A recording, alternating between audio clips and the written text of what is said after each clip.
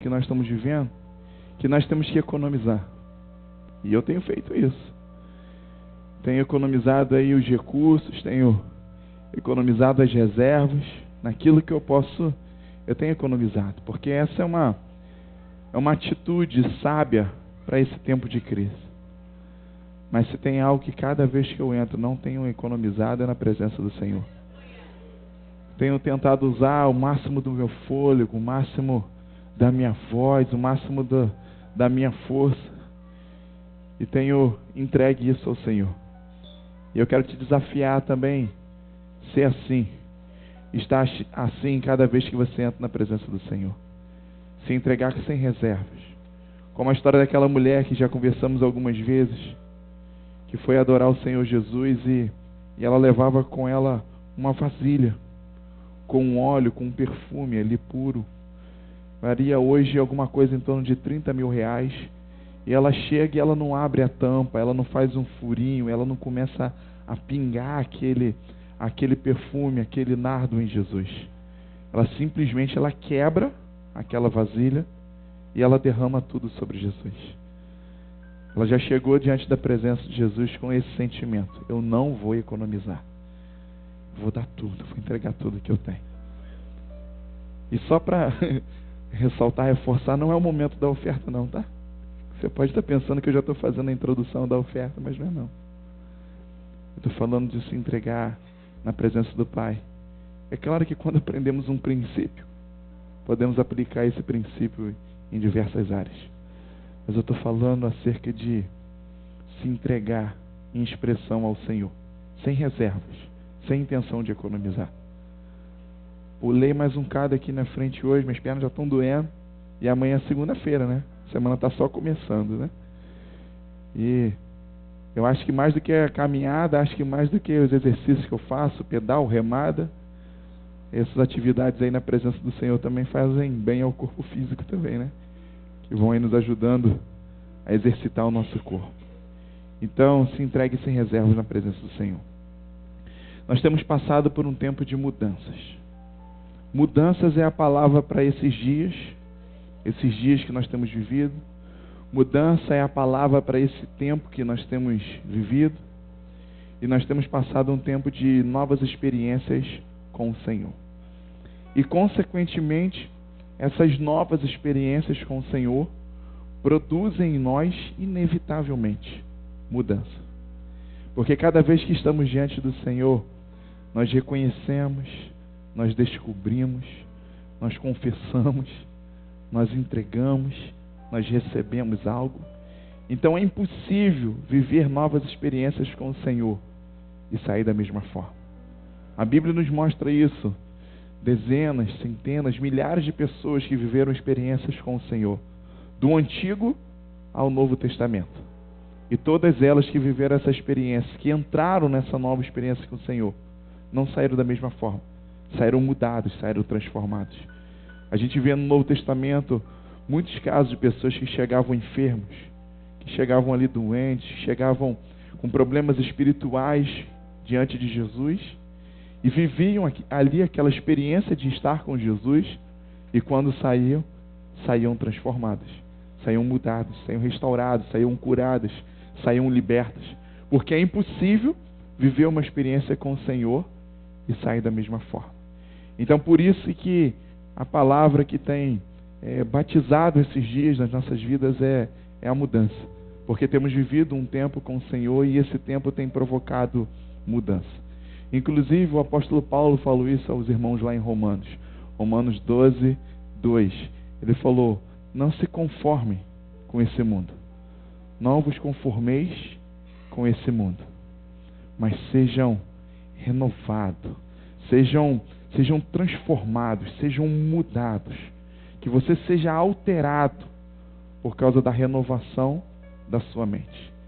Então, cada vez que nós vivemos uma experiência com o Senhor, como eu falei, a nossa mente é renovada. Porque vivemos uma experiência com o Senhor e ali naquela experiência nós decidimos algo, nós escolhemos algo, nós entregamos algo, nós recebemos algo e a nossa mente é renovada. Diversas vezes eu chego diante da presença do Senhor com uma opinião, com uma vontade, com uma coisa até decidida, e quando eu saio de lá, eu saio com tudo alterado. Porque o Senhor renova a minha mente. E quando a minha mente é renovada, eu sou transformado no meu corpo físico, na minha alma, no meu espírito, nas minhas vontades, nos meus desejos, no meu cotidiano, nas minhas decisões, nas minhas escolhas, nas minhas atitudes. Por quê? Por causa de uma experiência com o Senhor. E é essa realidade que nós temos vivido. E essa renovação da nossa mente, que provoca uma transformação em nós, ela tem um objetivo. É para que a gente experimente, como o apóstolo Paulo falou em Romanos 12:2. É para que a gente experimente a boa, agradável e perfeita vontade do Senhor. Porque muitas das vezes, quando estamos conformados com esse mundo, com esse século, conformados da forma que a coisa tem caminhado, conformado com que a mídia, conformado com que esse mundo tem ensinado, quando nós nos conformamos com isso, com o culto que tem sido prestado, com o culto que o mundo gospel inventou, a liturgia que o mundo gospel inventou de se servir, de se adorar ao Senhor, da forma gospel de ser cristão, quando nos conformamos com esse mundo cheio de tecnologia, que consome o nosso tempo, quando nos conformamos com as coisas que nós vemos lá fora, que não existe mais família padrão, que agora homem pode casar com homem, mulher pode casar com mulher, quando nos conformamos que não é necessário mais ser íntegro diante de uma sociedade, que pode pegar o que é dos outros, que não precisa mais falar a verdade, quando nos conformamos com o que esse mundo tem ensinado, tem imposto, e vivemos essa realidade, nós deixamos de desfrutar a boa, a agradável e a perfeita vontade do Senhor. Mas quando somos levados a esse lugar, na presença, no Santo dos Santos, quando somos levados diante dessa presença forte e intensa do Senhor, nesses lugares nós somos renovados. Nesses lugares nós somos transformados. E a partir daí nós passamos a sair desse lugar inconformados. A gente sai desses lugares inconformados com esse mundo. A gente sai desse lugar inconformado com esse século, com essa regra, com essa doutrina, com isso que tem sido ensinado. E isso acaba causando uma revolução, uma transformação na nossa vida. E a minha oração é para que você também seja alcançado por essa realidade. Que você também passe por esses dias de mudanças, que a sua mente também seja renovada, para que haja uma transformação em você, que haja uma transformação na sua casa, que haja uma transformação na sua família, que haja uma transformação na sua vida profissional e financeira, que haja uma transformação na sua saúde, que haja uma transformação aonde você estiver, por onde você passar, que seja transformado. Tudo isso por causa da presença do Senhor, que gera uma renovação na nossa mente e ao mesmo tempo uma transformação em nós, e por onde nós vamos passando, as transformações também vão acontecendo. Existem 4 pilares que durante alguns anos a gente tem ensinado, que são os pilares que o Senhor tem usado para sustentar esse ministério. E a gente já ensinou aqui várias vezes. O primeiro pilar é a oração. O segundo pilar é a adoração. O terceiro é a palavra. E o quarto é a comunhão. Isso, pela graça de Deus, esses 4 pilares são coisas que Deus tem nos dado a graça de, ao longo desses 7 anos, indo agora para o 8º ano, de desfrutar com intensidade, com profundidade, de oração, de adoração, de palavra e de comunhão. Mas, por esses dias que nós temos passado, até essas áreas, até esses pilares, que são áreas que a gente já busca, já faz muito bem, por sinal, modesta parte, a gente procura fazer com excelência, como aprendemos no ano da excelência.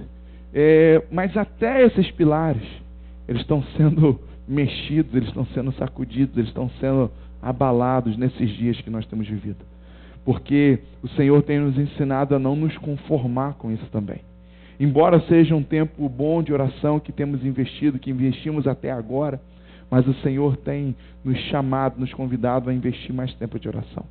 Embora nós temos investido um bom tempo de adoração ao Senhor, nos esforçamos, os adoradores, os tangedores, a igreja se esforça em adorar o Senhor da melhor forma, mas o Senhor tem nos cobrado nesses dias a adorarmos mais, com mais intensidade, com mais profundidade, com mais maturidade. Por mais que a gente se esforce para ter uma boa palavra, para edificar a igreja, para alimentar, para exortar, seja lá o que for, mas o Senhor tem nos direcionado, tem nos cobrado, e da mesma forma a comunhão. Até essas áreas que são os pilares, que são a nossa marca, Deus tem mexido. E o objetivo Ele já colocou nos nossos corações, que é trazer equilíbrio. Que muitas das vezes a gente investe muito em uma determinada área, e imagina uma casa que é construída em uma determinada altura, e tem ali 4 pilares, uma em cada extremidade ali. E imagina se você tiver uma diferença de altura em um desses pilares. A casa ela vai ficar desequilibrada, ela vai ficar desnivelada, e quem estiver dentro dessa casa desnivelada vai ficar desequilibrado. E então, quando focamos só na oração, por exemplo, nós temos um desequilíbrio, e esse pilar ele começa a subir, crescer, mais do que os outros, e começa a haver um desnivelamento e desequilíbrio para as pessoas que estão ali naquele ambiente desnivelado. E então isso traz repercussão sobre as nossas vidas. E assim em qualquer área, a adoração, a palavra, a comunhão, e o Senhor tem trazido equilíbrio nas nossas vidas, no nosso ministério nesse tempo. Porque Ele tem nos levado a um tempo de motivação, de cobrança, onde nós precisamos orar, adorar, precisamos desfrutar da palavra e da comunhão com uma maior profundidade, com uma maior intensidade, e isso tem provocado transformação, e isso tem provocado renovação, mudança nas nossas vidas.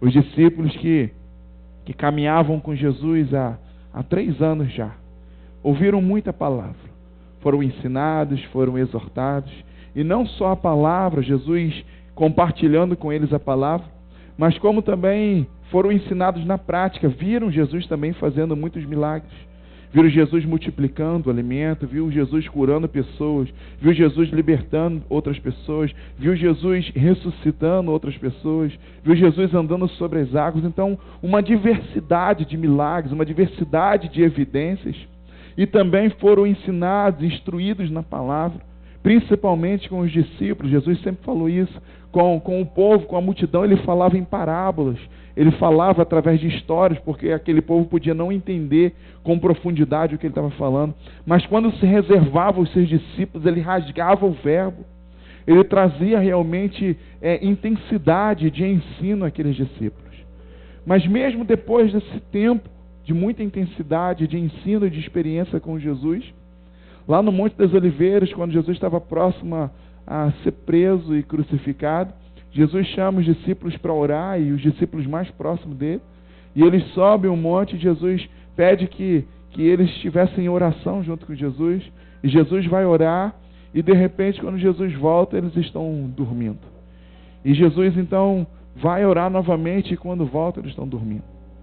E esses mesmos discípulos que viveram essa experiência, que foram ensinados na palavra, foram aqueles que negaram a Jesus, foram aqueles que venderam a Jesus, foram aqueles que traíram, né? E a gente muitas das vezes coloca a culpa em Judas e fala que ele vendeu a Jesus e a culpa foi dele, coloca a culpa em Pedro, que negou a Jesus, mas dos 12 discípulos, se olhava para a esquerda, para a direita, você pode ler a palavra, principalmente em Mateus, Marcos, Lucas e João, e você vai ver esse comportamento dos discípulos que se acovardaram, dos discípulos que fracassaram, porque Jesus não pôde contar naquele momento de adversidade com nenhum deles.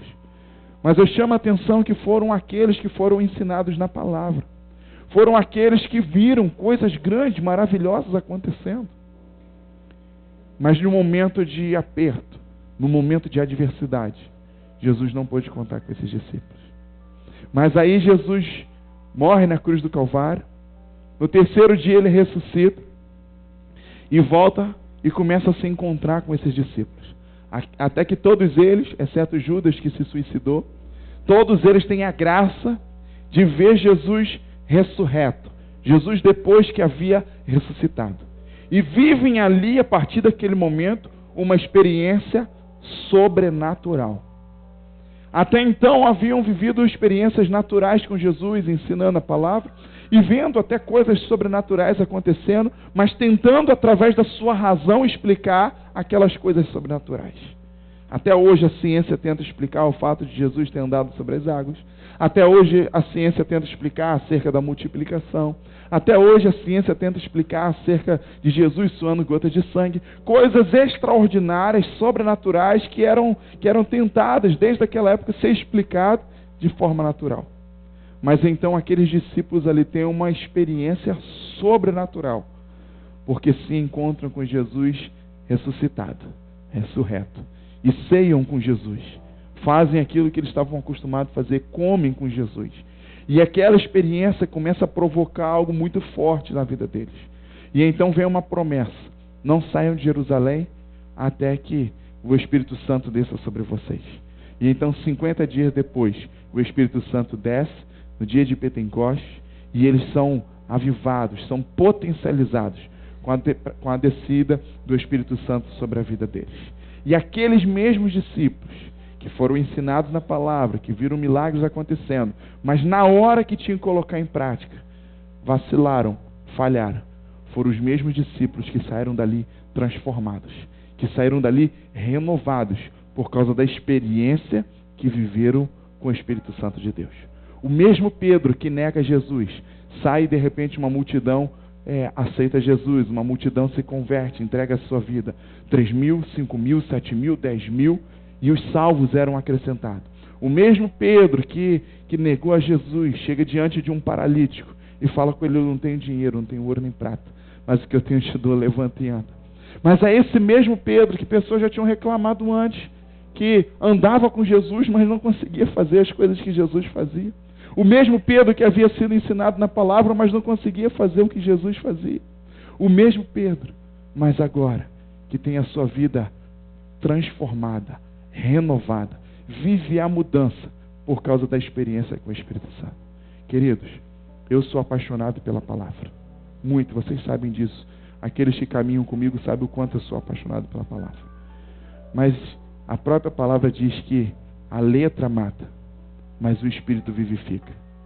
Se nós usarmos essa palavra aqui só com a nossa razão, só com o nosso intelecto, nós não vamos passar de pessoas simples, normais, comuns, assim como aqueles discípulos. Mas quando temos essa experiência, quando conhecemos a palavra e somos potencializados pelo Espírito Santo, uma revolução acontece nas nossas vidas.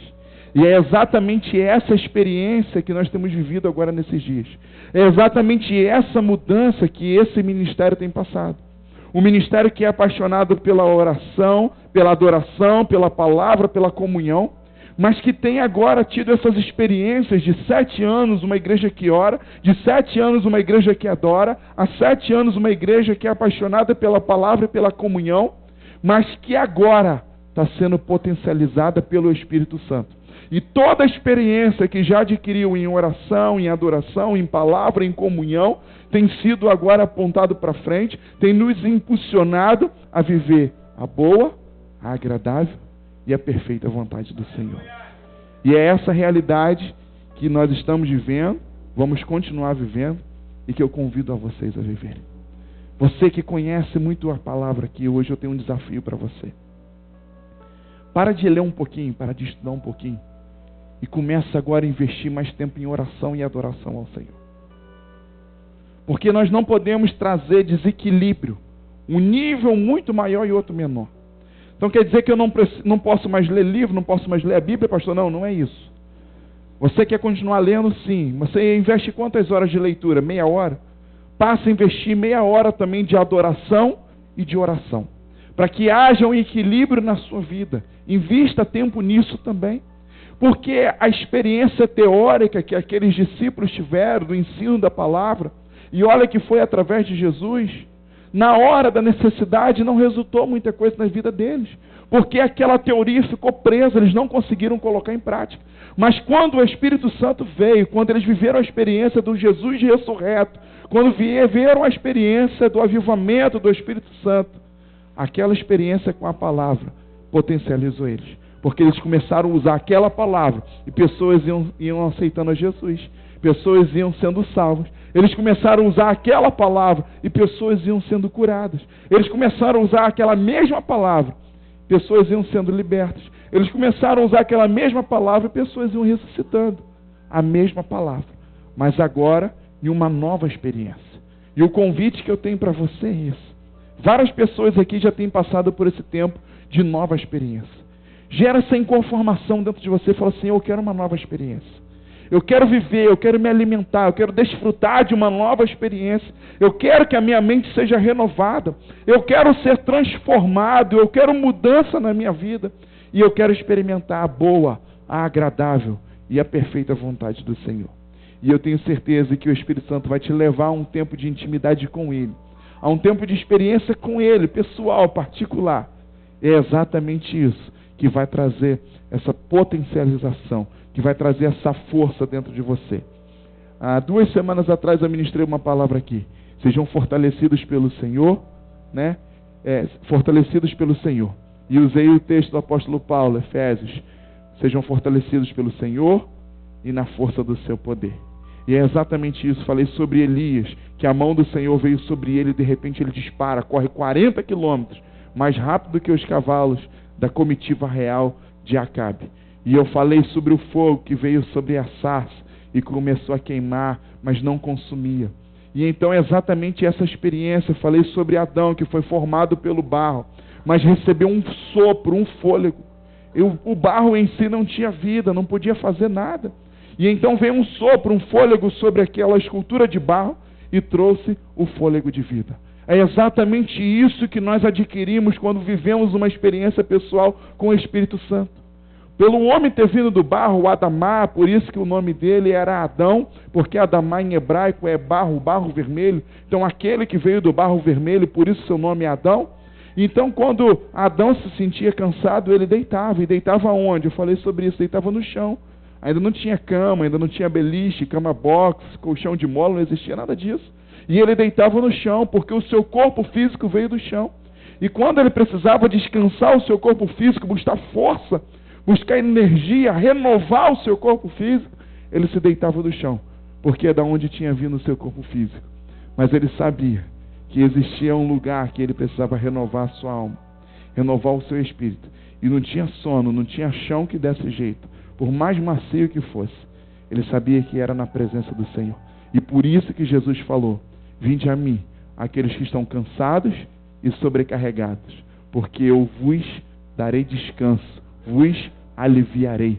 Porque esse alívio, Jesus fala, eu vou dar alívio à sua alma. Muito mais do que um alívio ao corpo físico, um alívio à sua alma. Então nós precisamos buscar essa experiência. Não a experiência física, natural, do barro, da escultura, mas nós precisamos buscar a experiência do sopro. Nós precisamos buscar a experiência do fôlego. E é isso que eu venho aqui nessa noite fazer.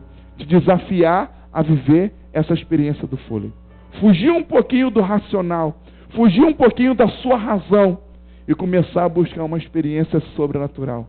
Que é a experiência do sopro. Que é a experiência do fôlego. Que é a experiência que nos potencializa. Que nos vivifica. Porque uma escultura de barro recebeu esse fôlego e teve vida.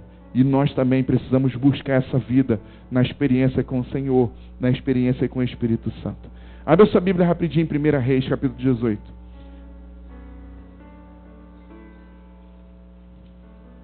Deixa eu te dar um exemplo aqui.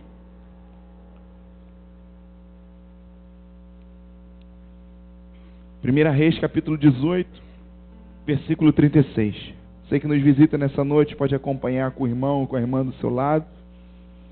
Ou então acompanhar na nossa projeção aqui também. Teremos o texto aqui projetado. 1 Reis, capítulo 18, lá no versículo 36.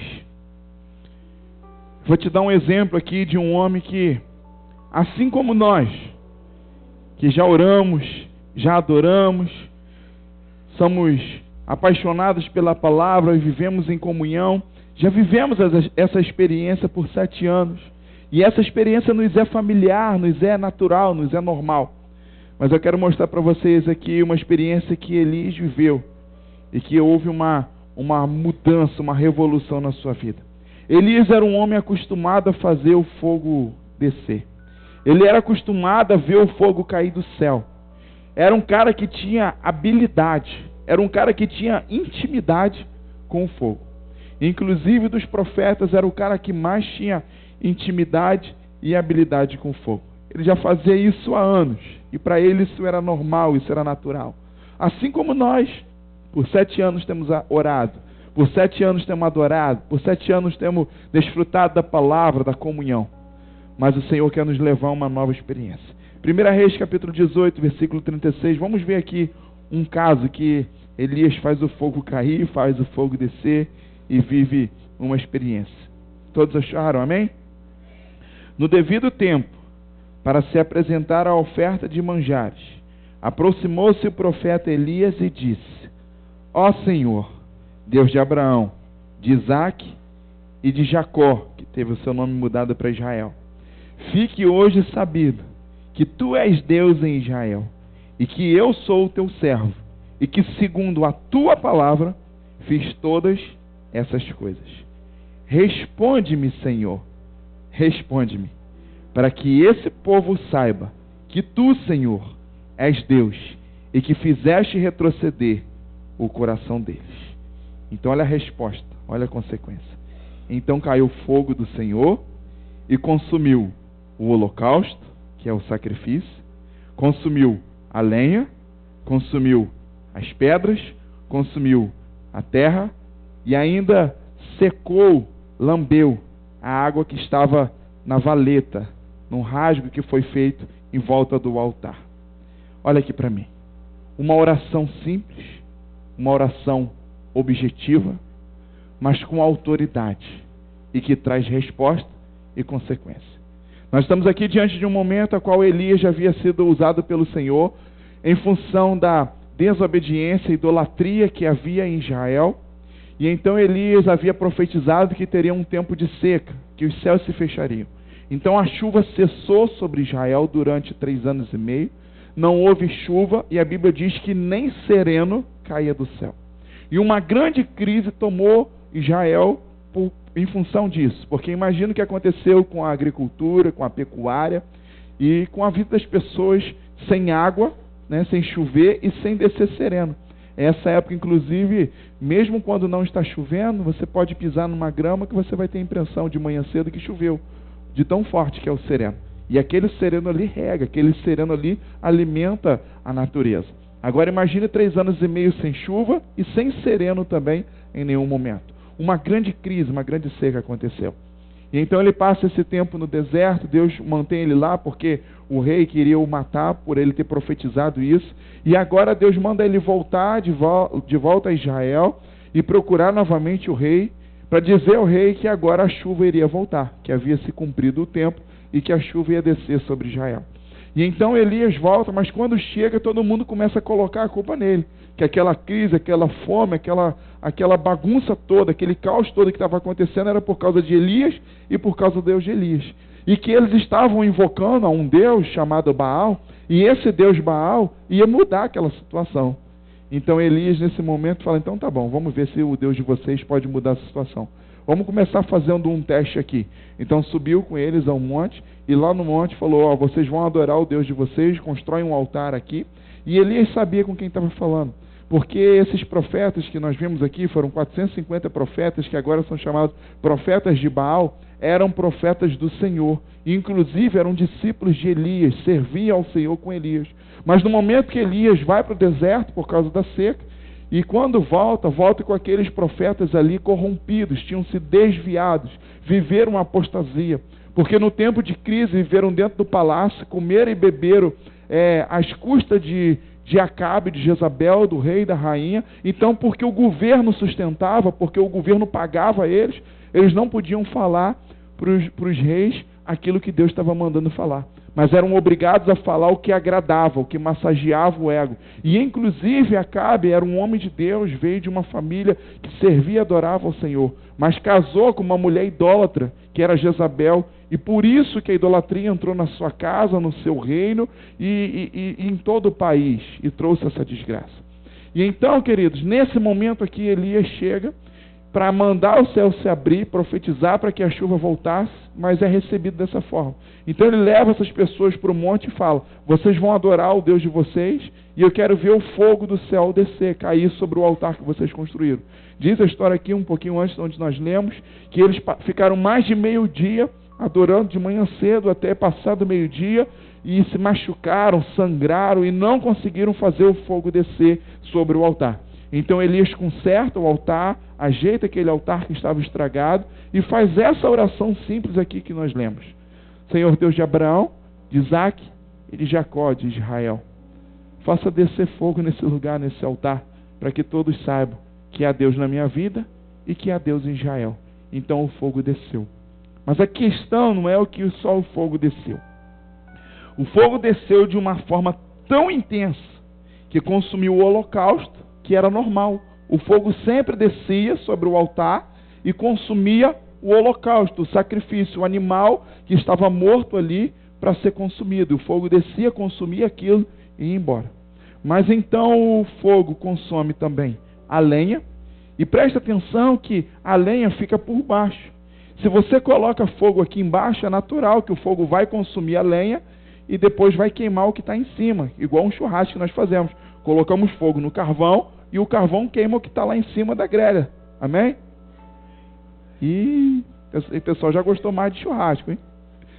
Mas quando a gente manda o fogo de cima para baixo, se você não acender o carvão, se você pegar um maçarico, qualquer coisa, e começar a atacar fogo de cima, vai queimar a carne, mas o natural é que o que está embaixo fique normal, o carvão nem acenda, porque a carne ali, a grelha está repleta de carne, então não vai queimar.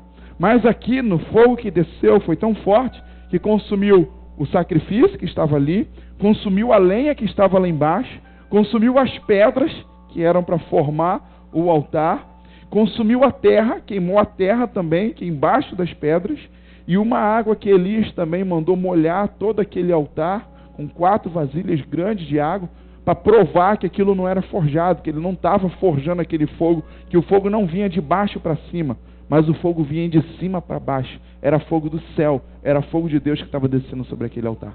Então desce um fogo como nunca visto antes. Por isso que eu estou dizendo que Elias é um cara que tinha intimidade, era acostumado a fazer o fogo cair e ver o fogo descer do céu. E não precisava de muita coisa, não precisava de muito tempo, não precisava de entrar no reteté. Ele simplesmente fazia uma oração objetiva, rápida, simples, e o fogo descia, o fogo caía. Vai comigo agora lá em 2 Reis. Passa só algumas páginas aí. 2 Reis no capítulo 1. Vamos ver outro exemplo do próprio Elias, para você ver o nível de intimidade que esse camarada tinha com o fogo. E não se esqueça de fazer um paralelo nesses 7 anos de comunidade. Não sei quantos anos que você tem de experiência com o Senhor, quantos anos que você já aceitou a Jesus, ou quantos meses que você já aceitou. E eu tenho certeza que você já viveu um nível de experiência nesse tempo de caminhada com o Senhor. Então faça esse paralelo com você, como Elias. Já viveu a experiência, tem habilidade. Igual aqui pessoas que trabalham para o Senhor, os nossos adoradores, os nossos levitas aqui, os tangedores, o pessoal da intercessão, o pessoal da Rede Kids, os nossos diáconos. São pessoas que trabalham hoje com excelência para o Senhor, que trabalham muito bem, que dão o seu melhor, fazem o seu melhor para o Senhor. E já viveram muitas experiências nesse serviço que fazem ao Senhor. Olha aqui comigo, 2 Reis capítulo 1. Vamos olhar no versículo 9. Então lhe enviou o rei um capitão de 50, com os seus 50 soldados, que subiram ao profeta, pois este estava sentado em cima do monte. E disse-lhe o capitão ao profeta: homem de Deus, o rei diz, desce. Ou seja, o capitão foi lá e deu uma ordem para Elias. Estamos falando aqui de Elias. O capitão foi lá e deu uma ordem para Elias. Elias, porém, respondeu ao capitão. Olha o que ele respondeu ao capitão de 50. Se eu sou o homem de Deus, desça fogo do céu e te consuma, a ti e aos teus 50. Ponto final. Acabou. A resposta dele é a oração dele. E olha o que aconteceu. Então o fogo desceu do céu e consumiu a ele, ao capitão, e aos seus 50 soldados. Aí o rei ficou sabendo disso. Então tornou o rei a lhe enviar outro capitão com mais 50 outros soldados. E esse foi ao profeta, um homem de Deus, e disse: homem de Deus, assim diz o rei, desce e agora depressa. Você vê que o nível da ordem aumentou. Respondeu Elias e disse: se eu sou homem de Deus, desça fogo do céu e te consuma, a ti e aos teus 50. Então desceu fogo de Deus do céu e consumiu a ele e aos teus 50. Tornou o rei a enviar a terceira vez um capitão e mais 50. Fala assim: sabedoria. Precisamos de sabedoria. Olha a sabedoria desse capitão, fica ligado.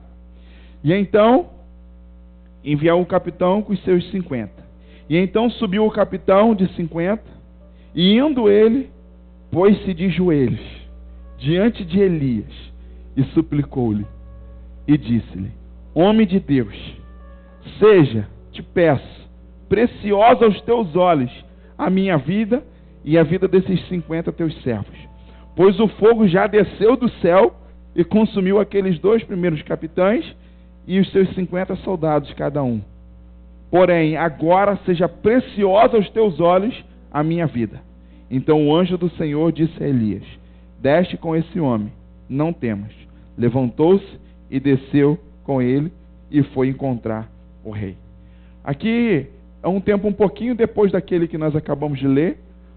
Falamos lá sobre Acabe, Jezabel e Elias. Aqui agora estamos falando sobre o rei Acasias, que é o filho de Acabe e Jezabel, que assumiu o trono, o reinado, após o seu pai e a sua mãe. E esse rei havia ficado doente. Esse momento da história que nós lemos aqui, esse rei ficou doente. E então, quando ele adoeceu, ele foi ensinado pela sua mãe a ser um idólatra. Não servir ao Senhor, mas idolatrar a outros deuses. Tome cuidado na sua família. Tome cuidado com o que você tem ouvido dentro da sua casa. Tome cuidado com o que você tem assistido. Tome cuidado com o que você tem falado dentro da sua casa. Tome cuidado com o que você tem permitido dentro da sua casa. Porque muitas das vezes, mesmo sem saber, você ensina os seus filhos e a sua geração a ser idólatra, a ser pagã e não servir ao Senhor. E acabam se desviando do Senhor.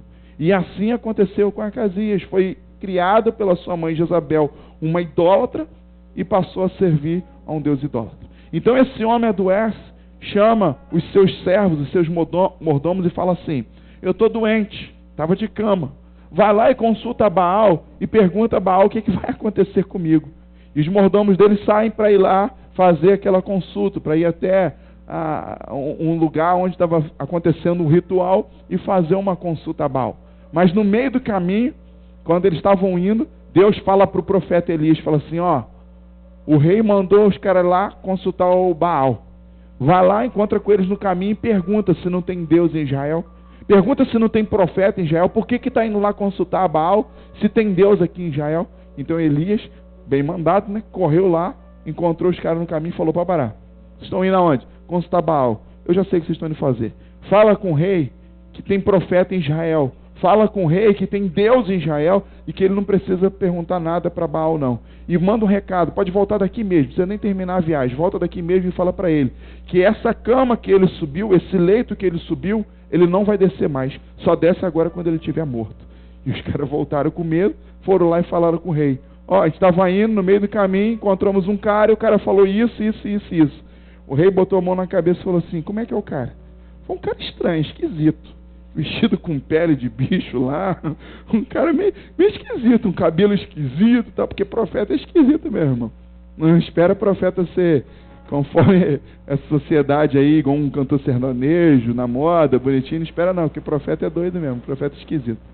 Então o rei já botou a mão na cabeça e falou assim: é Elias. Eles não sabiam o nome do cara. Falou: é Elias, eu tenho certeza que é Elias. E então ele já sabia que aquela profecia havia vindo sobre a vida dele. E ele, com a intenção de mudar essa realidade, chamou o capitão, falou assim: pega 50 soldados, corre lá e traz Elias aqui. O primeiro foi, caiu fogo, matou 51. O segundo foi, caiu fogo, matou mais 51. Aí a conta aí, né, a contabilidade já está em 102 mortos, né? Nessa brincadeira, 2 oraçõezinhas assim, rápidas e objetivas. 102 mortos. E então o terceiro vai com muita sabedoria, já chega de joelho e fala: te peço, tenha misericórdia do teu servo, porque ele já estava sabendo o que está acontecendo. Mas o que eu quero chamar a sua atenção é para a habilidade, para a intimidade, para a facilidade que Elias tinha para fazer aquilo que foi chamado para fazer. Era um profeta que recebeu a graça do mistério do fogo. Era um profeta que lidava com o mistério do fogo. Assim Deus abençoa, Deus nos dá ministérios e nos dá, por exemplo, a palavra. Eu tenho o ministério da palavra, do ensino. A outros Deus dá o ministério da adoração, da música, da adoração com a música, da adoração com a dança. E assim Deus vai distribuindo a muitos o seu ministério, vai entregando. E Elias tinha um ministério com fogo. Inclusive eu estava conversando esses dias com os nossos tangedores, eles falaram, inclusive, quando o cara foi, não morreu, né, voltou aos céus, foi arrebatado aos céus, ele foi de quê? De carruagem de quê? De fogo. Para você ver o mistério tão forte de fogo que o cara tinha na vida dele.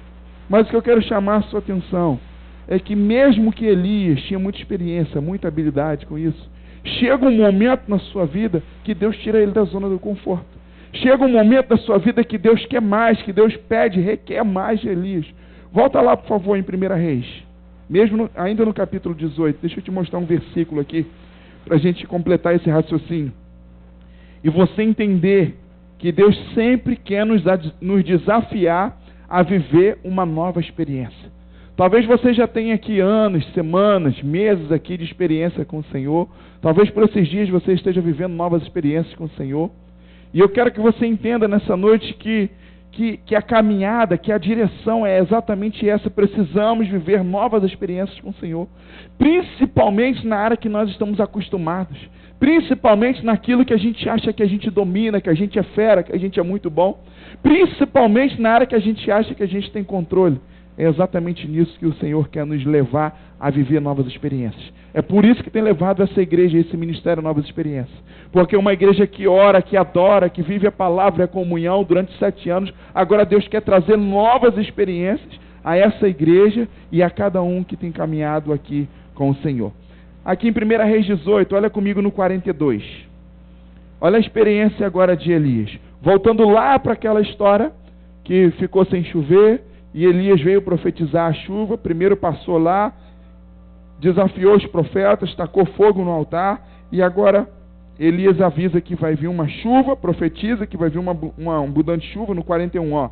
Então disse Elias a Acabe, sobe, come, porque tinha uma festa lá no Monte Carmelo preparado, porque já se ouve o ruído de abundante chuva. Só que o sol estava comendo solto, céu azul, não tinha um sinal de chuva, 3 anos e meio sem uma gota, sem um sereno. E o cara fala, eu estou ouvindo ruído, eu estou ouvindo barulho, trovoada, relâmpago. E fala, esse cara é doido mesmo, não falei que ele é ruim da cabeça? Olha o 42. Subiu Acabe a comer e a beber, Elias, porém, subiu ao cume do Carmelo para orar. E encurvando-se para a terra, meteu o seu rosto, a sua cabeça entre os joelhos, e começou ali a orar, se prostrar, se entregar ao Senhor. E disse ao seu servo, ao seu moço, ao seu discípulo, sobe e olha para o lado do mar. E ele subiu, olhou e disse, não tem nada. Então Elias lhe disse, vai de novo, volta. E esse, porém, por 7 vezes fez isso. Na 7ª vez disse, eis que se levanta do mar uma nuvem pequena, como a palma da mão de um homem. Então Elias disse, sobe e diz a Acabe, aparelha, prepara o teu carro, a tua carruagem real, a tua comitiva real, e desce, porque a chuva vai te pegar no meio do caminho. Dentro em pouco, os céus se enegreceram, se escureceram, com nuvens e vento. E o que aconteceu? E caiu uma abundante chuva. O Senhor leva aqui, nesse momento, Elias a viver uma nova experiência com o Senhor. Um profeta que era acostumado a falar assim, se eu sou teu servo, caia fogo do céu. E matava 51, matava 102, e quantos viesse, matava. Um cara que era acostumado em subir ao monte, deixar pessoas se matarem metade do dia, invocando Deus errado, e não acontecer nada, e ele faz uma oração também rápida, objetiva, e o fogo desce como nunca visto antes. Agora esse mesmo cara, enquanto Elias foi desfrutar de um coquetel, de uma festa que estava acontecendo lá no Carmelo, ele sobe para orar. E ele se coloca numa posição aqui, ele enfia a cabeça no meio do joelho, ele se dobra, ele se curva de uma tal forma, e ele começa a adorar, ele começa a orar, ele começa a clamar, invocar pelo nome do Senhor como uma forma como nunca antes. Por quê? Ele estava diante de um desafio. Ele estava diante de um tempo que ele não tinha vivido. Ele estava diante de algo que ele não dominava, que ele não tinha habilidade. Ele era bom em fazer o fogo descer do céu. Agora, fazer água descer do céu, ele nunca tinha vivido essa experiência. Mas agora ele vive um desafio. E ele precisa se entregar a esse desafio. Ele precisa se empenhar nesse desafio. E ele vive essa experiência com o Senhor. Porque os céus se fecham e desce uma grande chuva do céu e toma todo Israel, toma aquele lugar. E esse é o momento que nós estamos vivendo aqui nas nossas vidas, nesse ministério também. Às vezes nós temos habilidade com algumas coisas. Às vezes nós somos bons, dominamos aquilo que fazemos. Mas o Senhor quer levar o meu e o seu ministério à novidade. Ele quer nos levar agora a uma experiência nova. Assim como Ele levou Elias agora a orar por água, Ele quer nos levar a uma experiência nova. Às vezes nós que tocamos aqui em cima, que cantamos, o Senhor quer nos levar agora a experiência nova, que além de cantar, de tocar, de adorar o Senhor, através da adoração, pessoas serem curadas e serem libertas.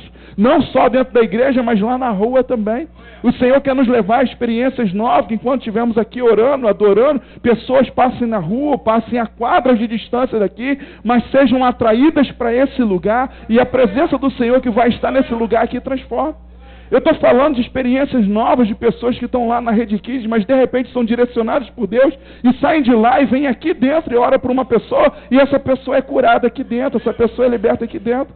Eu estou falando de experiências das meninas que estão aqui dançando, adorando ao Senhor, mas de repente apanham ali o véu e passam sobre uma pessoa e a pessoa ali é liberta, a pessoa ali é curada, acontece algo sobre a vida daquela pessoa. Eu estou falando de vivermos novas experiências com o Senhor, eu estou falando de romper aquilo que nós somos acomodados, eu estou falando de viver mais do que aquilo que nós temos habilidade e estamos há anos acostumados a viver aquilo.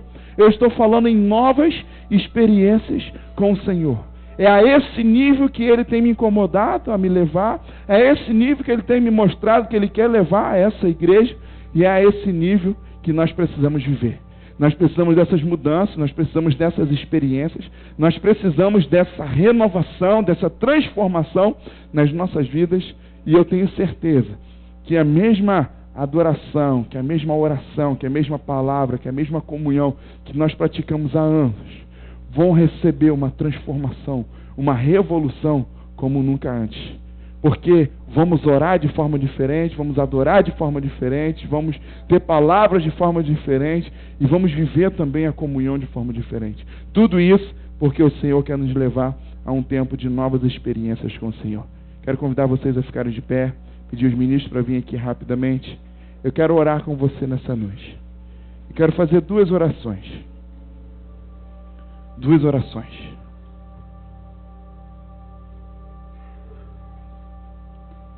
A primeira oração que eu quero fazer, fique de pé, se você puder já fechar os seus olhos, porque é normal ter uma movimentação para a gente ajeitar aqui as coisas, para que isso de repente não te distraia. Pode diminuir as luzes também, por favor, para não haver distração. Eu quero fazer duas orações. Você que já adorou aqui nessa noite, sentiu a presença, você que já ouviu essa palavra e entendeu, foi alcançado pela palavra, pela mensagem, eu quero fazer uma oração com você. Eu quero fazer uma oração com você que entendeu que precisa viver uma nova experiência. E mais do que a experiência racional, da razão, da letra, você que entende que precisa viver uma experiência com o Espírito Santo. Você que entende que precisa potencializar até muitas das vezes, o vasto conhecimento que você tem, mas precisa ser impulsionado, precisa ser potencializado pelo Espírito Santo de Deus. Como eu falei, os discípulos que tinham muito conhecimento, muita teoria, mas na hora que precisaram, na hora que tiveram que colocar em prática, vacilaram. Mas depois que experimentaram Jesus ressurreto, depois que experimentaram o Espírito Santo vindo sobre eles em Pentecostes, esses caras ficaram indomáveis.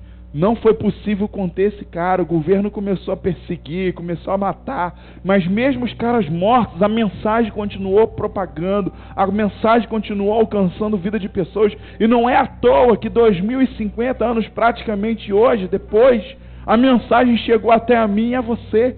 Porque o Espírito Santo vivificou. O Espírito Santo avivou pessoas que levaram a mensagem sobre os 4 cantos da terra. E é por isso que chegou a mim e a você. E muitas das vezes dentro da nossa casa a mensagem chegou tão longe, meu irmão, e dentro da casa, na nossa casa não chega. No nosso trabalho a mensagem não chega. Aonde nós estamos a mensagem não chega. Por que não chega? Porque só temos muitas das vezes a letra, a teoria. Mas nós precisamos da potencialização do Espírito Santo. Porque aqueles que estiverem ao nosso redor serão alcançados. E por onde nós formos enviados, esses também serão alcançados pelo poder, pela palavra, pela graça, pelo sobrenatural do Senhor. Eu quero orar com você, que entendeu a mensagem nessa noite, mas que reconhece, fala assim, eu quero viver uma nova experiência. Eu não estou aqui dizendo que você não viveu ainda experiência com o Senhor, com o Espírito Santo, não é isso. Mas você que nessa noite está sendo consumido pelo desejo de viver mais uma nova experiência, você que diz assim, poxa, eu posso ter vivido até uma experiência hoje de manhã lá, enquanto eu estava orando. Mas aquela experiência serviu para hoje de manhã, para agora já não vale mais. E eu quero viver uma nova experiência. Eu preciso de uma experiência que me dê força. Eu preciso de uma experiência que me impulsione. Eu preciso de uma experiência que me potencialize. Eu quero orar com você nessa noite. Nós vamos estar aqui adorando ao Senhor um pouquinho e eu quero convidar você a sair do seu lugar e vir aqui para frente. Reconhecendo que precisa de uma nova experiência. Uma nova experiência que traga vida. Igual aquele sopro que Adão recebeu no seu nariz, nas suas narinas, e trouxe o fôlego de vida sobre ele. Eu quero orar com você, para que o Espírito Santo possa te dar, a partir dessa noite, talvez você receba essa experiência aqui, mas seja a partir daqui, a partir dessa noite, a experiência que você vai receber com o Espírito Santo de Deus. Quando estivermos adorando, saia do seu lugar e venha para cá.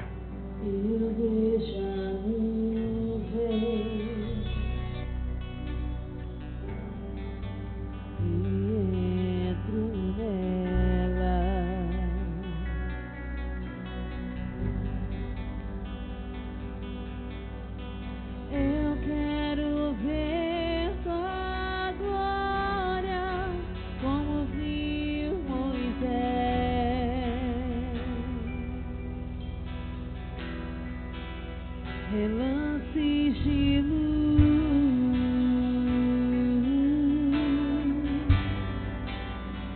sons de trovão,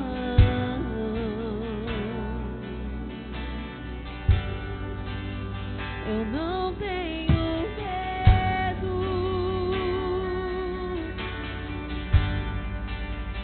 não tenho medo.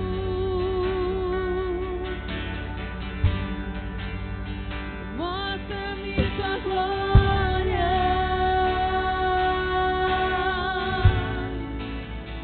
mostra-me tua glória,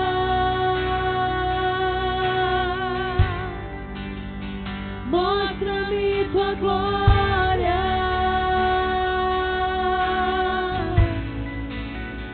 mostra-me tua glória.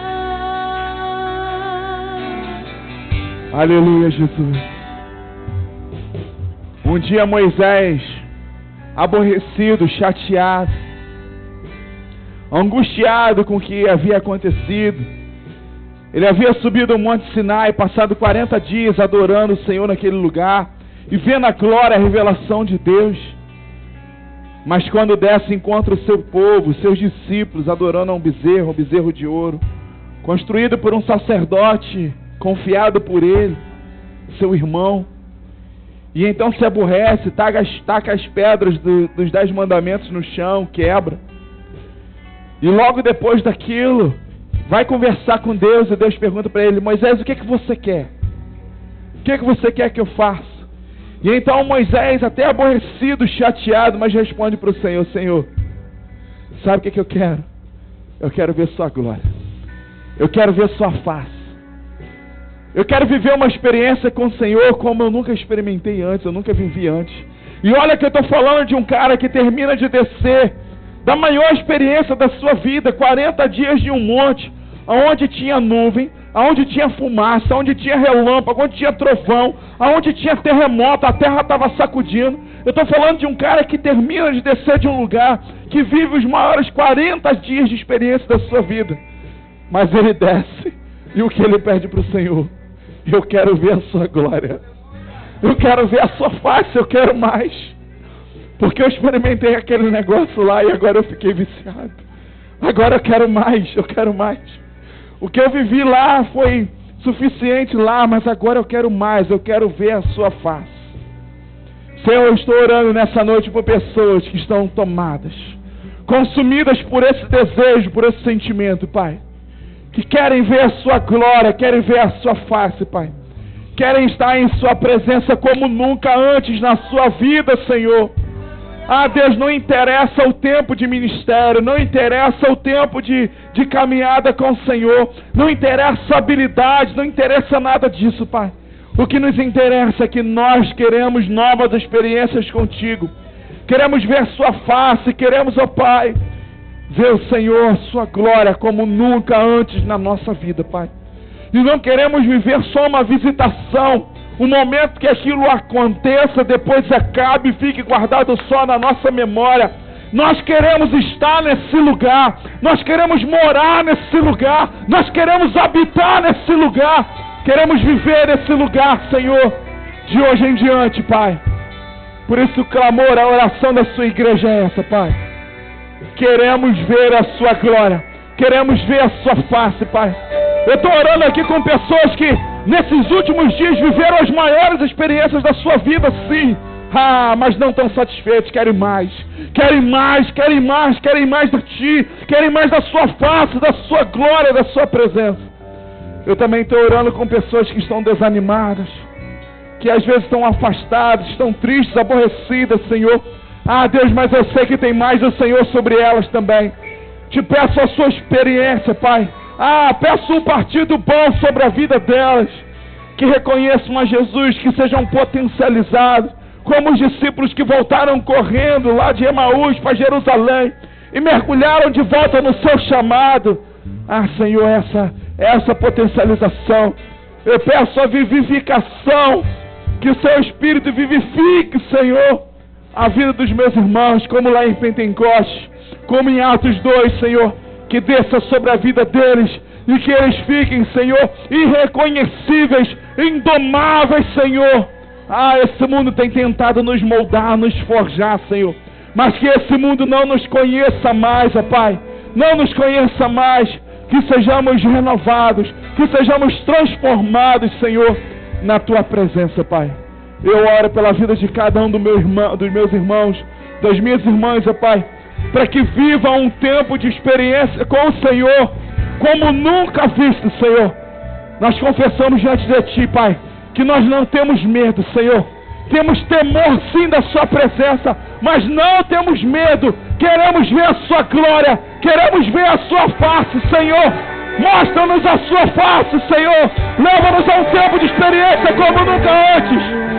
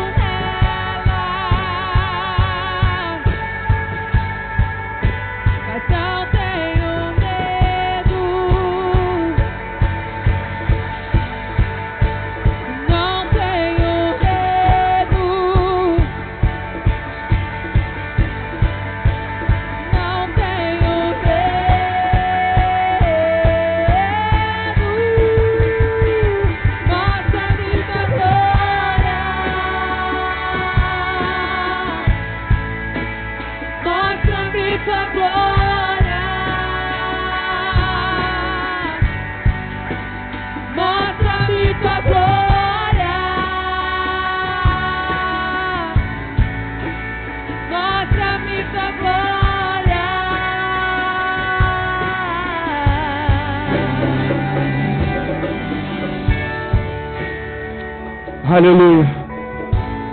Eu quero fazer mais uma oração. E essa oração agora está restrita. Ela é reservada, ela é especialmente para as pessoas que já fizeram a primeira oração. Para você que está desejoso de mais de Deus, de viver uma experiência nova com o Senhor. O apóstolo Paulo ensinou e escreveu aos Coríntios, aos Romanos e aos Efésios algumas coisas sobre o dom de Deus. E ele liberou, ele profetizou, ele ensinou e profetizou isso aos Coríntios, aos Romanos e aos Efésios. E com base nisso eu quero orar hoje pela sua vida. O Senhor mandou eu orar por aquelas pessoas que querem mais de Deus, que nessa noite existiria um tempo de batismo,